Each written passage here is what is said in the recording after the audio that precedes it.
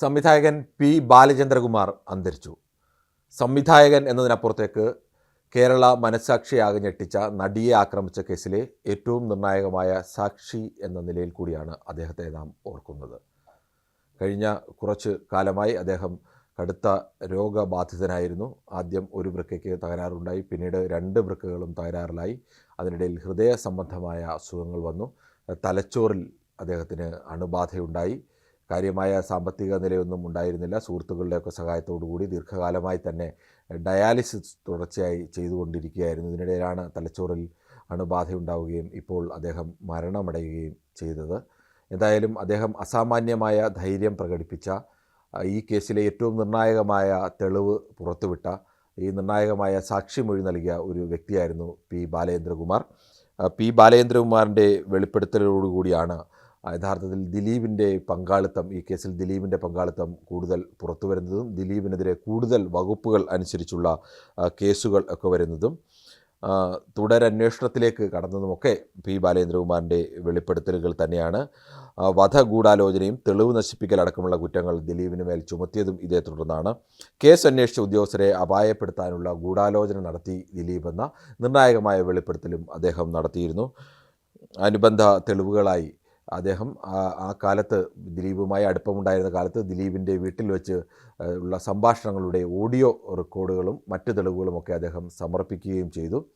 അതോടൊപ്പം തന്നെ ദിലീപ് ആ ദൃശ്യങ്ങൾ കണ്ടു, നടിയെ ആക്രമിക്കപ്പെട്ട ദൃശ്യങ്ങൾ വീട്ടിലിരുന്ന് കണ്ടു എന്നതിൻ്റെ വെളിപ്പെടുത്തലും ഏറ്റവും നിർണായകമായിരുന്നു. ഒരു സ്ത്രീയെ സംബന്ധിച്ച് ഏറ്റവും നിർണായകമായ, ഏറ്റവും വിശ്വാസ്യതയോടുകൂടി നിൽക്കുന്ന കോടതിയിൽ നിന്ന് അത്തരം പുറത്തു പോയാൽ ഒരു സ്ത്രീക്ക് പലതരത്തിലുള്ള നാണക്കേടുകൾ ഉണ്ടാകുന്ന, അല്ലെങ്കിൽ ഒരിക്കലും പുറത്തു പോകരുതെന്ന് ആഗ്രഹിക്കുന്ന വീഡിയോ ദൃശ്യങ്ങളാണ് പലരും കോടതിയിൽ നിന്ന് എടുത്ത് കണ്ടത്. അത് ദിലീപ് അങ്ങനെ കണ്ടു. ഒരു VIP ആണ് ദിലീപിന് ദൃശ്യങ്ങൾ എത്തിച്ചതെന്നും ഇദ്ദേഹത്തിൻ്റെ വെളിപ്പെടുത്തലുകൾ ഉണ്ടായിരുന്നു. അതോടൊപ്പം തന്നെ പൾസർ സുനിയെ ഈ കേസുമായി പൾസർ സുനിയും ദിലീപുമായി അടുത്ത ബന്ധമുണ്ടായിരുന്നു എന്നതിന് തെളിവായും അദ്ദേഹത്തിൻ്റെ വെളിപ്പെടുത്തലുകൾ നിർണായകമായിരുന്നു. ദിലീപിനെതിരെ ബാലചന്ദ്രകുമാർ കോടതിയിൽ രഹസ്യമൊഴിയും നൽകിയിരുന്നു. അസുഖബാധിതനായിരിക്കെയാണ് പലപ്പോഴും കോടതിയിൽ മൊഴി നൽകാനൊക്കെ അദ്ദേഹം എത്തിയത്. തൻ്റെ അസുഖത്തിനെ എല്ലാം മറികടന്നുകൊണ്ടാണ് താൻ എടുത്ത നിശ്ചയദാർഢ്യത്തോടുകൂടി അദ്ദേഹം ആ തെളിവുകൾ നൽകാനും അത് ചാനലുകളിലും മാധ്യമങ്ങളിലും എല്ലാം തുടർച്ചയായി പറയാനും, പറഞ്ഞത് മാറ്റി പറയാതിരിക്കാനും എല്ലാം അദ്ദേഹം പ്രത്യേകം ശ്രദ്ധിച്ചു എന്നുള്ളതാണ്. ആ ഉറപ്പ് അദ്ദേഹത്തിനുണ്ടായിരുന്നു. മരണം വരെയും താൻ മൊഴി മാറ്റില്ല എന്ന് അദ്ദേഹം പലപ്പോഴും പരസ്യമായി തന്നെ പറഞ്ഞിരുന്നു. എന്ത് പ്രലോഭനം ഉണ്ടായാലും ഭീഷണി ഉണ്ടായാലും ഒന്നും മാറ്റില്ല എന്ന്. അത് കൂടി യാഥാർത്ഥ്യമായിരിക്കുന്നു. യഥാർത്ഥത്തിൽ അദ്ദേഹത്തിൻ്റെ മരണം വരെയും അദ്ദേഹം ആ മൊഴിയിൽ ഉറച്ചു നിൽക്കുകയും ഏതെങ്കിലും തരത്തിൽ ഒരു മാറ്റത്തിന് അദ്ദേഹം തയ്യാറാവുകയും ചെയ്തിരുന്നില്ല. പലപ്പോഴും നേരിടേണ്ടി വന്ന സമ്മർദ്ദങ്ങൾ വലുതായിരിക്കുമെന്ന് നമുക്ക് ഊഹിക്കാൻ കഴിയുന്നത് മാത്രമേ ഉള്ളൂ. ദിലീപിനെ നായകനാക്കി ചെയ്യാനിരുന്നൊരു സിനിമയുമായി ബന്ധപ്പെട്ടാണ് ഇവർ തമ്മിൽ അടുക്കുന്നതും ആ സമയത്താണ് ഈ നടിയെ ആക്രമിച്ച കേസുണ്ടാവുന്നതും കേസുമായി ബന്ധപ്പെട്ട മറ്റ് തെളിവുകളൊക്കെ അദ്ദേഹത്തിന് അതിനൊക്കെ സാക്ഷിയാകേണ്ടി വരുന്നത് എന്നതാണ് അദ്ദേഹത്തിൻ്റെ പ്രധാനപ്പെട്ട മൊഴി. നടിയെ ആക്രമിച്ചതുമായി ബന്ധപ്പെട്ട് അദ്ദേഹത്തിന് അറിയാവുന്ന, പി ബാലചന്ദ്രകുമാറിന് അറിയാവുന്ന വിഷയങ്ങൾ അദ്ദേഹം മാധ്യമങ്ങൾ വഴിയാണ് ആദ്യം പുറത്തുവിട്ടത്. അതിനുശേഷം ഫസ്റ്റ് ക്ലാസ് ജുഡീഷ്യൽ മജിസ്ട്രേറ്റിന് മൊഴി രേഖപ്പെടുത്താൻ എറണാകുളം CJM കോടതി നിർദ്ദേശിച്ചു. പിന്നീട് ഈ മൊഴി, മാധ്യമങ്ങൾ നൽകിയ മൊഴി വേണമെങ്കിൽ പിന്നീട് സാധാരണഗതിയിൽ പലപ്പോഴും ഇത്തരം കേസുകളിലൊക്കെ മാറാറുണ്ട്. അങ്ങനെ മാറാതിരിക്കാൻ വേണ്ടിയാണ് മജിസ്ട്രേറ്റിന് മുന്നിൽ ഈ രഹസ്യമൊഴി നൽകണം എന്ന് പറഞ്ഞത്. അതിനെ തുടർന്നാണ് 51 പേജുള്ള രഹസ്യമൊഴിയാണ് അദ്ദേഹം നൽകിയത്. വളരെ അതിദീർഘമായ രഹസ്യമൊഴിയാണ്. 6.5 മണിക്കൂർ നീണ്ട മൊഴി രേഖപ്പെടുത്തൽ ദിലീപിനെ പരിചയപ്പെട്ടത് മുതലുള്ള എല്ലാ വിഷയങ്ങളും, അതോടൊപ്പം തന്നെ കോടതിയിൽ എന്തുകൊണ്ടാണ് ഇത് വെളിപ്പെടുത്താൻ വൈകിയത് എന്നതിനുള്ള റീസൺ അടക്കം എല്ലാ കാര്യങ്ങളും അദ്ദേഹം വളരെ വിശദമായി തന്നെ പറഞ്ഞിരുന്നു. പിന്നീട് നമ്മൾ നേരത്തെ പറഞ്ഞല്ലോ, പിന്നീട് മാറ്റിപ്പറയും എന്നുള്ള ഒരു സാഹചര്യം ഒഴിവാക്കാനാണ് ഈ രഹസ്യമൊഴി കോടതി രേഖപ്പെടുത്തിയത്, അതിനുള്ള നിർദ്ദേശം കൊടുത്തത്. പക്ഷേ അദ്ദേഹം മരണം വരെയും അങ്ങനെ ഒരു മൊഴി മാറ്റത്തിന് തയ്യാറായില്ല, പറഞ്ഞതിൽ ഉറച്ചു നിന്നു എന്നതുകൂടിയുണ്ട്. ബാലചന്ദ്രകുമാറിനെ 3 തവണ ദിലീപിൻ്റെ വീട്ടിൽ വെച്ചും ഹോട്ടൽ വെച്ചും കണ്ടിട്ടുണ്ടെന്ന് ഒന്നാം പ്രതിയായ പൾസർ സുനി തന്നെ വെളിപ്പെടുത്തിയതും ഇതിനിടെ പുറത്തു വന്നിരുന്നു.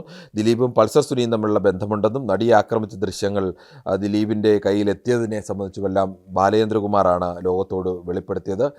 അന്വേഷണ ഉദ്യോഗസ്ഥരെ അപായപ്പെടുത്താൻ വേണ്ടി ദിലീപ് നടത്തിയ ഗൂഢാലോചനയുടെ തെളിവുകളും ആ സമയത്തെ സംഭാഷണങ്ങളുമൊക്കെ അദ്ദേഹം തന്നെയാണ് പുറത്തുവിട്ടത്. എങ്ങനെയാണ് അപ്പോൾ പ്രധാനമായി ഉയർന്നത്, ഈ ബാലചന്ദ്രകുമാറിന് ദിലീപുമായി എന്താണ് ഇത്ര അടുപ്പം എന്നുള്ളതാണ്. അതിനു മുമ്പ് ഒരു സിനിമ മാത്രമാണ് അദ്ദേഹം സംവിധാനം ചെയ്തിട്ടുള്ളത്. ആസിഫ് അലിയെ നായകനാക്കിയ കൗബോയ് എന്ന ചിത്രം. ആ കൗബോയ് എന്ന ഒറ്റ ചിത്രം മാത്രം ചെയ്ത ഒരു സംവിധായകൻ എങ്ങനെ ദിലീപുമായി അടുക്കുന്നു എന്നുള്ള ഒരു ചോദ്യമുണ്ടായിരുന്നു. സ്വാഭാവികമായും ആളുകൾക്ക് സംശയം തോന്നാവുന്ന ഒരു ചോദ്യമായിരുന്നു. അതിനും കൃത്യമായ മറുപടി അദ്ദേഹം നൽകിയിട്ടുണ്ട്. അതിനുശേഷം അദ്ദേഹം മോഹൻലാലിനെ നായകനാക്കി ഒരു സിനിമ പ്രോജക്റ്റ് പ്ലാൻ ചെയ്തിരുന്നു. അത് നടക്കാതെ പോയി. പിന്നീട് പിക് പോക്കറ്റ് എന്നൊരു സിനിമ ദിലീപിനെ നായകനാക്കിയുള്ള ചർച്ചകളിലായിരുന്നു.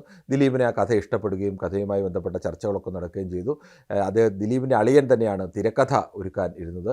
അങ്ങനെ ദിലീപിൻ്റെ അളിയൻ്റെ തിരക്കഥാ മോഹം കൂടി ഇതിനൊപ്പം ചേർന്നതോടുകൂടിയാണ് ഇദ്ദേഹവുമായി വളരെ അടുത്ത ബന്ധമുണ്ടായിരുന്നു. പലതവണ ഇവരുമായി ചർച്ചകളൊക്കെ നടന്നു. ചർച്ചകൾക്കൊടുവിൽ ഇനി ബാലേന്ദ്രകുമാറിനെ മാറ്റി മറ്റൊരു ദിലീപിന് കഥ ഇഷ്ടപ്പെട്ടതുകൊണ്ട് മറ്റൊരു സംവിധായകനെ കൊണ്ട് ഈ ചിത്രം സംവിധാനം ചെയ്യാൻ ആലോചിച്ചു എന്നൊക്കെ പറയുന്നുണ്ട്. എന്തായാലും അങ്ങനെ ഒരാൾ തയ്യാറായില്ല. വീണ്ടും ബാലേന്ദ്രകുമാറിനെ വെച്ച് തന്നെ ഈ പ്രോജക്റ്റുമായി മുന്നോട്ട് പോകാനുള്ള നീക്കമായിരുന്നു എന്നും പറയുന്നു. അതിനിടയിലാണ് ഈ ദിലീപിൻ്റെ ജീവിതത്തെയും കേരളത്തെ തന്നെ ഒരു തരത്തിൽ പറഞ്ഞാൽ മനസാക്ഷിയെ ഞെട്ടിക്കുകയും ഒക്കെ ദിലീപിനെ മാറ്റിമറിക്കുകയും ഒക്കെ ചെയ്ത ഈ നടിയെ ആക്രമിച്ച കേസ് ഉണ്ടാകുന്നത്. അങ്ങനെയാണ് ഈ ദിലീപുമായി ഇവർ അടുപ്പമുണ്ടാകുന്നതും ഈ സമയത്താണ് ഈ കേസുമായി ബന്ധപ്പെട്ട നിർണായക വിവരങ്ങളൊക്കെ ദിലീപ് ചർച്ച ചെയ്യുന്നതും ഈ വീഡിയോ കാണുകയും ഒക്കെ ചെയ്യുന്നത്. എന്തായാലും ഈ കേസിൽ ഏറ്റവും നിർണായകമായ മൊഴി മജിസ്ട്രേറ്റിന് നൽകിയ ശേഷമാണ് അദ്ദേഹം വിടവാങ്ങുന്നത് എന്ന ഒരു പ്രത്യേക ഉണ്ട്. അത് കേസിനെ സംബന്ധിച്ച് ഏറ്റവും നിർണായകമാണ്. പക്ഷേ കേസിൻ്റെ വിചാരണ വേളയിൽ കൂടി അദ്ദേഹം ഉണ്ടായിരുന്നെങ്കിൽ കൂടുതൽ കേസിനെ സംബന്ധിച്ച് ശക്തമാകുമായിരുന്നു. അതെന്തായാലും പക്ഷേ അദ്ദേഹത്തിൻ്റെ ശക്തമായ മൊഴി ഈ മജിസ്ട്രേറ്റിന് മുന്നിൽ തന്നെ നൽകിയ മൊഴി എന്തായാലും അന്വേഷണ ഉദ്യോഗസ്ഥർക്ക് മുന്നിലും കോടതിക്ക് മുന്നിലും ഉണ്ട് എന്നതാണ്. എന്തായാലും ആ കേസിൻ്റെ പുരോഗതിയുമായി ബന്ധപ്പെട്ടാവും സ്വാഭാവികമായും അദ്ദേഹത്തെ ഇനിയും കൂടുതൽ അദ്ദേഹത്തിൻ്റെ പേര് മലയാളികൾ ഓർക്കുകയും അദ്ദേഹത്തെ ചരിത്രം അടയാളപ്പെടുത്തുകയും ഒക്കെ ചെയ്യുക.